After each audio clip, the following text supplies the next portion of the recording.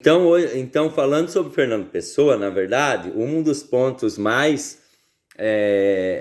relevantes agora mesmo, Fábio, que você puxou, é que é uma obra extremamente complexa e extremamente bem pensada mesmo, em todos os sentidos. O Fernando Pessoa, ele tinha uma mente singular. É muito estranho eu falar que ele tinha uma mente singular, justamente porque ele teve uma mente singular, porque ele se dividiu em tantos que fica Que usa difícil você... heteronome, né? Os heterônimos que nós falamos. É. É. E isso, Dani. No caso, então, você conhece alguma coisa também, Daniela, sobre? Não, mas aquele pouco que eu li agora, também, aí eu acho, né, usando esse heteronômio, acho que é uma pessoa que tem várias personalidades, né? Então, tem vários pensamentos, e cada personagem, vamos dizer, dele, fala uma coisa, como se vai um contraste com o outro. Não consegue entender de verdade o que está acontecendo.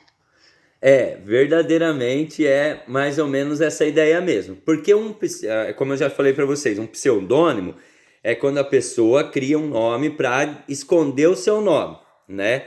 Era muito comum entre as mulheres quando escreviam antigamente, era muito comum entre homens também quando queriam esconder, né, a sua verdadeira face, né? Mas um heterônimo, nome hétero, quer dizer assim, que tem vários nomes, tem várias personalidades. No nome, no sentido ali, sim, de persona, que nem eu falo. Eu não sei porque que eu escolho essa palavra persona. Por quê? Cada heterônimo do Fernando Pessoa não era só um nome criado para esconder o seu nome, mas era uma personalidade diversificada, era um mundo fenomenológico, e daí a gente entra na questão da fenomenologia. A fenomenologia, ela vai estudar o fenômeno a partir daquilo que ocorreu, daquele momento que ele ocorreu, aquilo que aconteceu. E fenomenologicamente, o Alberto Caeiro é uma pessoa que o Fernando Pessoa saiu de dentro do Fernando Pessoa, mas é uma pessoa diversificada das outras do Fernando Pessoa. Então o Fernando Pessoa, ele tem, no mínimo, hoje que a gente comenta bastante, é o Bernardo Soares, do livro do Desassossego, é o Alberto Caeiro, do Guardador de Rebanho e de outros poemas, é o Pessoa ele mesmo, que a gente não tem outra forma de intitular, e fala o Fernando Pessoa.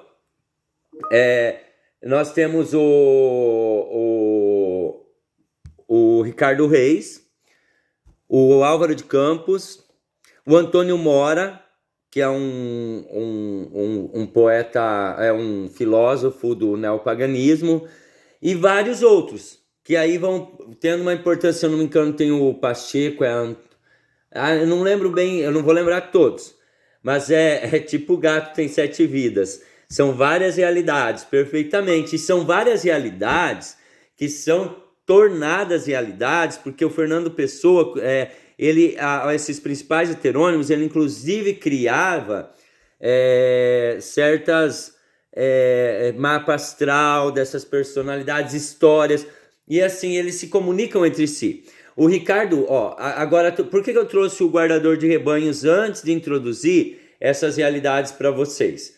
Porque o guardador de rebanhos do Alberto Caeiro, ou seja, o Alberto Caeiro, ele, embora tenha nascido depois das outras personalidades, né, das outros heterônimos, ele é um heterônimo que vai se dar na história, na bibliografia do Fernando Pessoa, como um mestre de todos os demais. É como o Otávio Paz diz, é o sol em torno do qual giram os outros heterônimos. Por quê? Porque existe uma filosofia contida, e o Alberto Caeiro é um poeta filósofo. Existe uma filosofia contida ali nas palavras do Alberto Caeiro que vai acabar influenciando os outros heterônimos. Agora, se os outros heterônimos começaram a trabalhar com essas questões antes do Alberto Caeiro, é uma questão que não importa a nós. O que importa para a gente é que essas personalidades do Fernando Pessoa, elas estão em torno de uma ideia, de um fio condutor, e esse fio condutor é o Alberto Caeiro. Agora, se a gente pegar os outros, o que ocorre?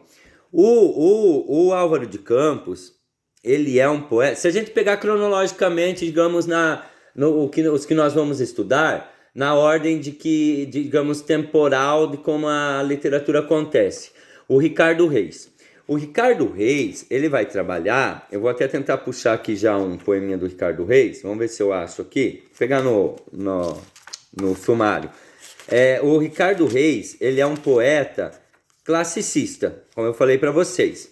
Ou seja, eu quero dizer que ele usa uma metodologia classicista que retoma a escrita da Grécia, que retoma a escrita de Roma, que retoma a escrita do arcadismo, que retoma a escrita, não a escrita, o modelo de escrita que foi assim mais utilizado nesses períodos clássicos, no Renascimento, porque ele usa uma metrificação muito rígida, ele usa as palavras que ele escolhe, são palavras, ele busca clareza na maioria das vezes, não, todas as vezes, ele busca de certa forma a clareza, ele utiliza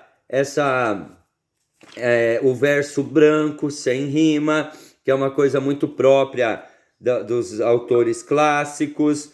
Então ele tem toda uma literatura que, se você for buscando, percebendo, você vai ver que ele está trabalhando com uma escrita classicista. Não dá para falar clássica, porque daí a gente pensa nos clássicos. Como é que eu não estou achando o Ricardo Reis aqui? Aqui, ó. Não. Bom, gente, aqui, Odes de Ricardo Reis. Vamos pegar uma só, para vocês verem. Peguei bem aquela do filme dos poetas, da Sociedade dos Poetas Mortos. Coroai-me de rosas, coroai-me em verdade, de rosas. Rosas que se apagam, em fronte a apagar-se tão cedo. Coroai-me de rosas e de folhas breves, e basta. Só nesse poema, que é a hora que o menino se mata e é enterrado. Só nesse poema, Coroai-me de Rosas, você consegue ver o modelo de versificação, que é um modelo de métrica rígida, né? Ele vai, tipo, de rosas tão cedo e basta, eles ficam assim, deixa eu pôr ele aqui na internet, eles ficam separados. Deixa eu pegar aqui, Coroai-me, mas daí o que acontece? Quando ele cria essa personalidade, que é o Ricardo Reis, ele está pensando em representar um método de escrita, deixa eu transmitir para vocês, um método de escrita que relembra essas eras clássicas. Com isso, ele tenta condensar o modelo de pensamento humano dentro dessa faceta que se chama Ricardo Reis. Porque dessa forma, pessoal, e isso é o Márcio Moisés que vai dizer, né? Dessa forma, ele adentra o modus vivendi, o modo de vida daquelas civilizações, daqueles momentos, o modo de pensamento, como eles pensavam para produzir a sua escrita, o seu pensamento intelectual, mas também o modus operandi dessa sociedade, de forma que ele pudesse ler a forma como esses homens, esses seres humanos viveram nesses momentos e entendê-los por dentro. Por exemplo, que eu quisesse compreender a forma como a Daniela viveu na Itália, inventando uma personagem num teatro chamada Daniela, que tinha a mesma história, que retomasse o modo de vida da Daniela para tentar entender ou como ela se sente no Brasil tendo uma nacionalidade italiana. Estão entendendo? Qual a melhor forma de você conseguir compreender um modo de vida? Porque um historiador, ele adentra uma realidade passada e ele pesquisa e vai a fundo para tentar reproduzir essa realidade intelectualmente, tá? Porque ele reproduzir Você pode fazer uma maquete e reproduzir a arquitetura. Mas a arquitetura vem de um modelo de pensar, de um modo de pensar que existe na época. Se você vê assim, o Oscar Niemeyer, é impossível que o Oscar Niemeyer produzisse uma obra arquitetônica tal qual se produziu na Grécia Antiga, porque ia ser uma obra falsa, porque as técnicas arquitetônicas de hoje em dia são outras. Então, o Oscar Niemeyer, ele evolui a arquitetura, pensando numa maneira, num modus operandi, num modus vivendi, modus operandi que seria um modelo de operação da sociedade, como ela funciona economicamente, socialmente, né? E quando eu reproduzo uma maquete ali de um templo grego, eu estou tentando entender a arquitetura daquela época e eu vou adentrar também nas técnicas arquitetônicas da época. Os arquitetos, eles conhecem, por isso existem pesquisas em torno de algumas construções antigas e coisa e tal, né? Por quê? Porque eles estão entendendo como que esses seres humanos articulavam a sua arquitetura naquela época. O Fernando Pessoa está tentando entender como esses seres humanos articulavam o seu pensamento, o seu modo de vida, a sua estrutura espiritual nessas épocas. Porque dessa forma ele acreditava conseguir adentrar o conhecimento, a vida e entender um pouquinho, uma parcela do que é o nosso mundo, de como a sociedade evoluiu, de como ela é, de como ela vive. Eu não sei se vocês conseguem compreender isso. De outra forma seria, por exemplo, vamos pegar o Álvaro, não, vamos pegar na ordem aqui, vamos pensar no Pessoa ele mesmo. O Pessoa ele mesmo, vamos ver se tem o Cancioneiro aqui.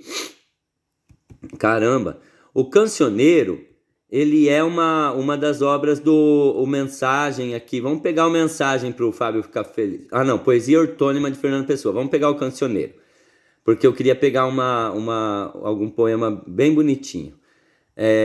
Que na verdade tem vários. Mas o Fernando Pessoa, ele vai ir para uma parte mais sombria do espírito humano. O Ricardo Reis, ele vai ser claro. Ele fala sobre a morte, mas ele vai falar sobre a morte de uma forma muito clara. Vocês veem, e assim, ele fala coroai-me de rosas e basta.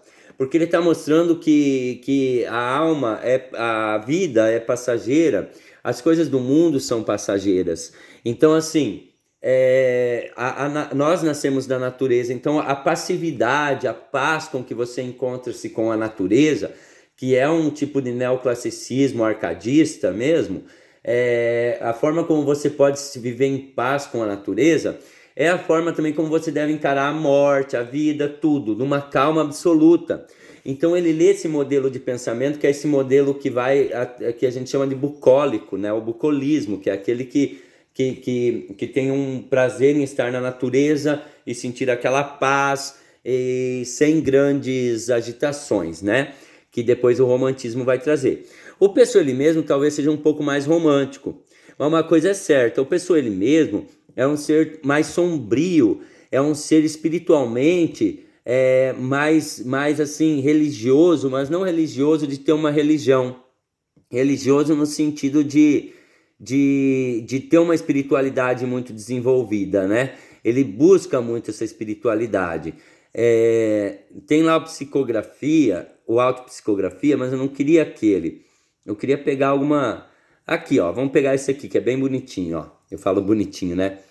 Ele também no Cancioneiro, ele trabalha com um modelo de quadras. Ele tem um livro todo de quadras, mas digo assim, versos, estrofes com 4 versos. Ele trabalha com sílabas poéticas, mas ele vai trabalhar um pensamento bastante lírico, assim, bastante... Como é que eu posso falar para vocês, gente? Vamos ler, que é melhor. Ó, por exemplo, esse, ó. Há no firmamento um frio lunar, um vento nevoento vem de ver o mar. Quase maresia a hora interroga, e uma angústia fria indistinta voga.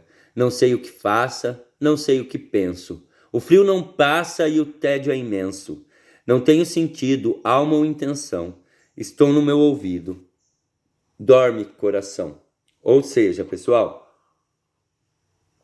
ele fala de um lado lírico da alma, um lado que ele vai trabalhar muito com a saudade, ele vai trabalhar muito com a solidão, ele vai falar do espírito. E não raro ele vai para essa questão realmente do místico, o misticismo bastante grande. Então, se o Ricardo Reis encara a vida de uma maneira, digamos que politeísta, né, que ele se volta aos deuses gregos, romanos, ele vai trabalhar também essa vida de uma maneira bem menos religiosa, porque ele não se prende à religião, é uma realidade mais nua e crua, mas uma realidade nua e crua vestida da paz, do sossego, da calma. Não é uma realidade agitada, uma realidade social, ele não vai falar sobre social, nada disso, né? E aí a gente vai ver também a tentativa de leitura dos próprios heterônimos dentro desse... Deixa eu ver aqui, ó. Não é o primeiro heterônimo. Alberto Caeiro não é o primeiro heterônimo Fernando Pessoa, não. O Alberto Caeiro, ele nasce até depois, acho que 14 de março de não sei quando... deixa eu achar aqui, que é que ele nasce. Depois nós já vamos ver a hora que a gente falar sobre o Alberto Caeiro, eu tento procurar ali. Mas o Ricardo Reis e o Álvaro de Campos e o Pessoa ele mesmo, é claro, eles nascem antes do Alberto Caeiro. O Alberto Caeiro é posto como o primeiro, mas nasce depois, porque na fenomenologia heteronímica de cada heterônimo, nesse mundo criado em torno de cada heterônimo, esse fenômeno que é cada heterônimo, a posição que eles tomam cronologicamente no tempo não importa. O que importa é a posição que eles tomam no âmbito do pensamento, da grandeza do pensamento deles. E quando o Álvaro de Campos nasce, depois dos outros, mas ele nasce com um resumo de todas as características, uma grande parte das características que existem nos outros, como se fosse um fio condutor dos outros. E aí, nós temos esse poema que é muito famoso, né? O poeta é um fingidor, finge tão completamente que chega a fingir que é dor a dor que devera sente. E os que leem o que escreve na dor lida sentem bem, não as duas que ele teve, mas só a que ele não tem. E nessas calhas de roda gira entreter a razão, esse comboio de corda que se chama o coração. Nessa autopsicografia, que seria assim, psicografar, você psicografa no espírito, né? Você escreve o que ele dita no seu ouvido. Mas agora aqui é uma autopsicografia, ele está psicografando o espírito dele mesmo. Porque é um momento de incompreensão dele, que eu acho que os heterônimos até para ele eram um momento de incompreensão. Porque ele se dividia em vários, né? E é o que acontece, que é muito falado, muito questionado, que é muito estranho você ler cada um desses heterônimos e perceber, por isso que eu estou lendo cada um deles, e perceber que a diversidade deles é muito grande. Você não consegue compreender um no outro. Daí eu digo assim, se nós encontrássemos hoje, sem saber quem era Fernando Pessoa em si, nós encontrássemos numa casa, vamos dizer, ou num lugar abandonado, um maço de poemas do Alberto Caeiro, um maço de poemas do Ricardo Reis e um do Álvaro de Campos separado, e nós lêssemos, nós íamos ter a impressão, íamos acreditar que eram 3 pessoas que viveram em 3 momentos diferentes da história e que escreveram aquelas coisas e nunca a gente ia relacionar uma com a outra, porque o modelo de escrita é muito diversificado. Eles escrevem diferente, eles pensam diferente. Porque assim, existe uma questão que a gente não vê muito fácil. Quando o artista mexe com cores, o pensamento dele pensa aquelas cores e vê aquelas cores de uma forma diversificada. Por exemplo, Van Gogh, quando dizem que ele estava com um problema de visão em que ele via mais o amarelo, ele começa a privilegiar o amarelo nas suas obras, porque parece que tinha um problema, por causa que o Van Gogh era louco, parece que ele tomou alguma coisa e ao olhar dele ele via assim amarelo as coisas, né? E aí ele começa a ver as coisas nesse sentido, amarelas, né? E aí diz que ele começa a escrever, a pintar as cores mais amarelas. Então, quando o poeta vai escrever, também existe dentro um modelo de escrita. O Fábio, que mora no sítio, que tem uma vivência no sítio, e eu também tenho, mas menos que ele, porque eu tenho uma vivência no comércio, mas morava assim num lugar que era muito pequeno. o Fábio ele vai ter certas características do espírito dele que não vão se assemelhar aos espíritos da Daniela e nem ao meu. Então a própria formação minha, e nem da Mariana, e nem do Luan. A formação do Luan é outra. O Luan ele tem algumas questões, por exemplo, que ele na idade dele, tão bem desenvolvidas, que eu para conseguir desenvolver, demorou séculos para eu conseguir aceitar, né, essa realidade que o Luan vive. A do Fábio é mais comum a mim, porque eu também tenho uma realidade comum a dele. Mas mesmo assim, eu vivi no comércio. Ele vive ali num meio mais agrícola que eu, bem mais pelo jeito, pelo que ele fala, né? Não sei, né, Fábio? Mas a Daniela, vindo da Itália, tem uma realidade muito distinta. E a Mariana, e veja só no que nós falamos sobre dormir. A Mariana já disse, todo dia acordo mais cambaleando porque eu durmo tarde. Isso implica na relação dela com o próprio dia, na visão dela com o dia, e vai implicar na escrita dela quando ela vai sentar para escrever. A formação tua espiritual, a informação letrada, tudo que você adquire durante a vida, isso vai interferir na tua escrita. E o Fernando Pessoa, sendo um ser humano só, cada heterônimo escreve de uma forma diversificada em que você não consegue perceber o outro. Vamos pegar aqui o Álvaro de Campos, por exemplo, agora. Eu vou pegar uma ode, eu não vou ler inteira, mas depois nós vamos ler odes inteiras dele. Vamos pegar aqui, vamos ver. Uma que eu gosto. Não, vamos pegar uma que eu não lembro. Abram-me outra realidade. Vamos pegar aqui. Vamos ler um pedaço. Blake, eu já vou dizer. Blake é um poeta romântico estadunidense, se eu não me engano. Eu acho que é estadunidense, não inglês. Abram-me outra realidade. Quero ter como Blake a contiguidade dos anjos e ter visões por almoço. Quero encontrar as fadas na rua, quero desimaginar-me deste mundo feito com garras, dessa civilização feita com pregos. Quero viver como uma bandeira brisa, símbolo de qualquer coisa no alto de uma coisa qualquer. Depois encerrem-me onde queiram. Meu coração verdadeiro continuará velando, pano brazonando a esfinges. No alto de mastros das visões, os 4 ventos do mistério. O norte, o que todos querem. O sul, o que todos desejam. O oeste quer dizer, né? Que para nós é o oeste, de onde tudo vem. O leste, seria o oeste é o leste, gente, ó. O oeste, aonde tudo finda. Os 4 ventos do místico ar da civilização. Os 4 modos de não ter razão e de entender o mundo. Ó, vocês veem, ó, o Álvaro de Campos, a escrita dele é futurista, tá? Nós pegamos aqui um poema, tem outros que ele fala assim, que quer ser a cadela de todos os cios, que ele quer ser moído entre as maquinagens, as ferragens, as máquinas, ele vai dizer máquinas, a cidade para ele é encantadora. A poesia do Álvaro de Campos é sensacional. E ela vai se referir a um desespero muito grande, a uma ansiedade muito grande, que em Ricardo Reis seria deplorável. E em Álvaro de Campos, em Alberto Caeiro, seria assim, tipo, sem sentido. E para Álvaro de Campos, essa alma dele, pro Fernando Pessoa ele mesmo, ela tem mais lógica. Mas olha a diferença que existe entre a escrita de um e de outro. Você não consegue encontrar um no outro. Eles são totalmente diferentes. Se o Álvaro de Campos vai um pouco para o mistério das coisas, mas é um mistério sólido, solidificado pela cidade, aqui, ó.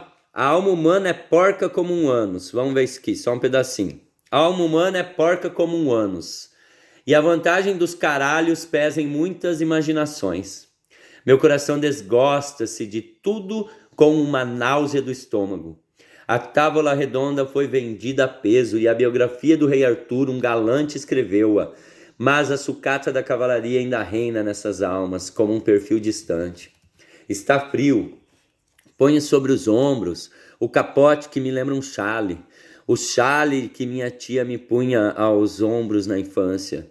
Mas os ombros da minha infância sumiram-se antes para dentro dos meus ombros, e o meu coração da infância sumiu-se antes para dentro do meu coração.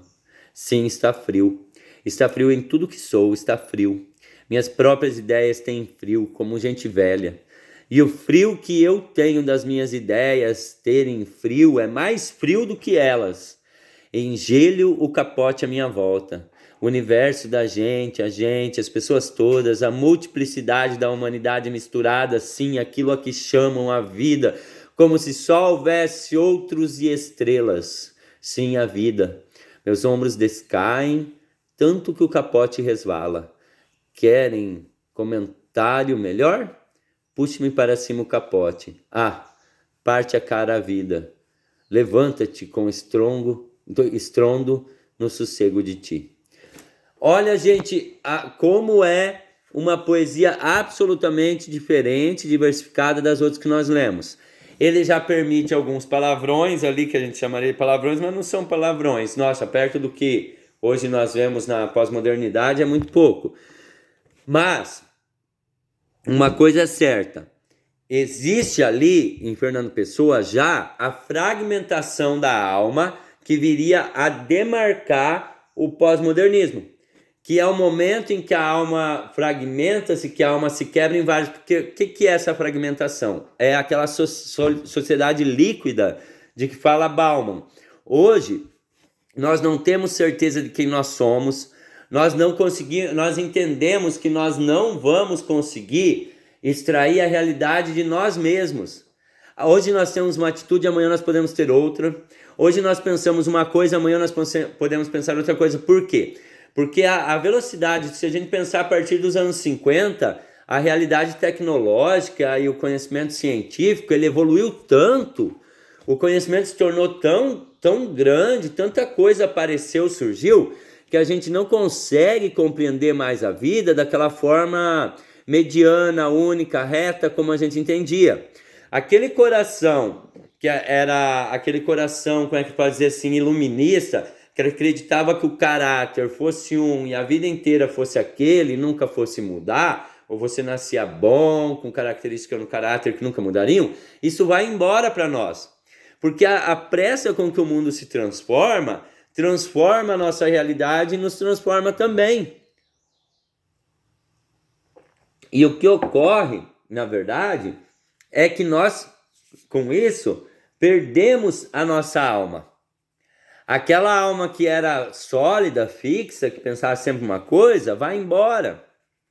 É ótimo isso, é ótimo, porque a gente começa a compreender quanto a gente é pequeno no mundo, quanto a gente sabe pouco. E no Fernando Pessoa a gente já vê essa fragmentação. O Sá Carneiro, ele tem a mesma fragmentação de espírito. Ele diz assim num poema: perdi-me dentro de mim porque era labirinto. Hoje, quando me sinto, é com saudades de mim. Esse é o Mário de Sá Carneiro. Não confundir com o Sá de Miranda, que é lá junto com Camões. O Mário de Sá Carneiro é um amigo de Fernando Pessoa. Só que o Mário de Sá Carneiro, perdido nessa realidade em que ele não encontra sua própria alma, ele se mata. Chega um momento que ele vai se matar. E aí, eu digo para vocês,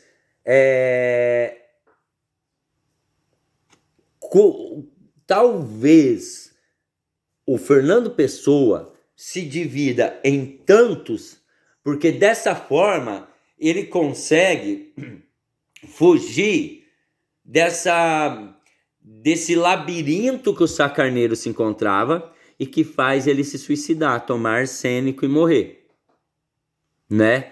Então talvez a forma como o Fernando Pessoa encontre de catar os cacos de sua alma seja essa.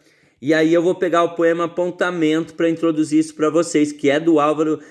Talvez o Álvaro de Campos seja, na verdade, aquela alma mais sincera do Fernando Pessoa. Aquela que fala as verdades sem medo de dizê-las. Esse bicarbonato de soda é maravilhoso. Cara, não tem apontamento aqui, eu vou procurar fora. Mas que coisa. Ou será que tá por começo? Deixa eu ver assim. Tenho mais... Não, deixa eu procurar aqui, ó. Apontamento Álvaro de Campos. Aqui, ó. Veja, ó, tá ali, como é que eu não achei? Olha aqui, pessoal. O que ele fala. Porque o Álvaro de Campos, ele passa uma sinceridade muito grande. O Álvaro de Campos é homossexual, e eu acho que o Fernando Pessoa era, eu penso, não sei, mas ele disse que se apaixonou. O Fernando Pessoa conheceu o Alex Crowley, né? Aquele bruxo, inclusive foi acusado de matar ele, porque depois ele sai para encontrar Alex Crowley, e o Alex Crowley parece que tem alguma coisa com uma cachoeira, aquele cara não sei o que lá, e alguns dizem que Fernando Pessoa matou ele, e tem toda uma história. Mas ó, a minha alma partiu-se como um vaso vazio, caiu pela escada excessivamente abaixo. Caiu das mãos da criada descuidada, caiu, fez-se em mais pedaços do que havia loiça no vaso. Asneira? Impossível? Sei lá. Tenho mais sensações do que tinha quando me sentia eu. Sou um espalhamento de cacos sobre um capacho por sacudir. Fiz barulho na queda como um vaso que se partia. Os deuses que debruçam-se do parapeito da escada e fitam os cacos que a criada deles fez de mim. Não se zangam com ela. São tolerantes com ela. O que eu era, um vaso vazio? Olham os cacos absurdamente conscientes, mas conscientes de si mesmos, não conscientes deles. Olham e sorriem. Sorriem tolerantes à criada involuntária. Alastra a grande escadaria tapetada de estrelas. Um caco brilha virado do exterior lustroso entre os astros. A minha obra? A minha alma principal? A minha vida? Um caco. E os deuses olham-no especialmente, pois não sabem por que ficou ali.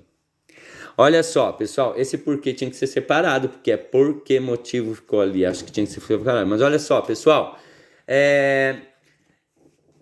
olham os cacos absurdamente conscientes. Quer dizer, se ele se partiu, vamos pensar no Fernando Pessoa, ele virou vários cacos, vários heterônimos. Cada um desses cacos olha absurdamente consciente, cada um desses cacos é consciente. O Álvaro de Campos é consciente, o Ricardo Reis é consciente de si, cada um deles é consciente, mas mas conscientes de si mesmos, não conscientes deles. Quer dizer, o Álvaro de Campos é consciente de si, mas não tem noção dos outros cacos dele mesmo. Não tem noção do Pessoa ele mesmo, não tem noção do Alberto Caeiro. O Fernando Pessoa ele mesmo não tem noção dos outros. Então, como que eu faço, se eu me partir em dois, vamos dizer na esquizofrenia, eu me parti em dois, como é que eu posso saber quem sou eu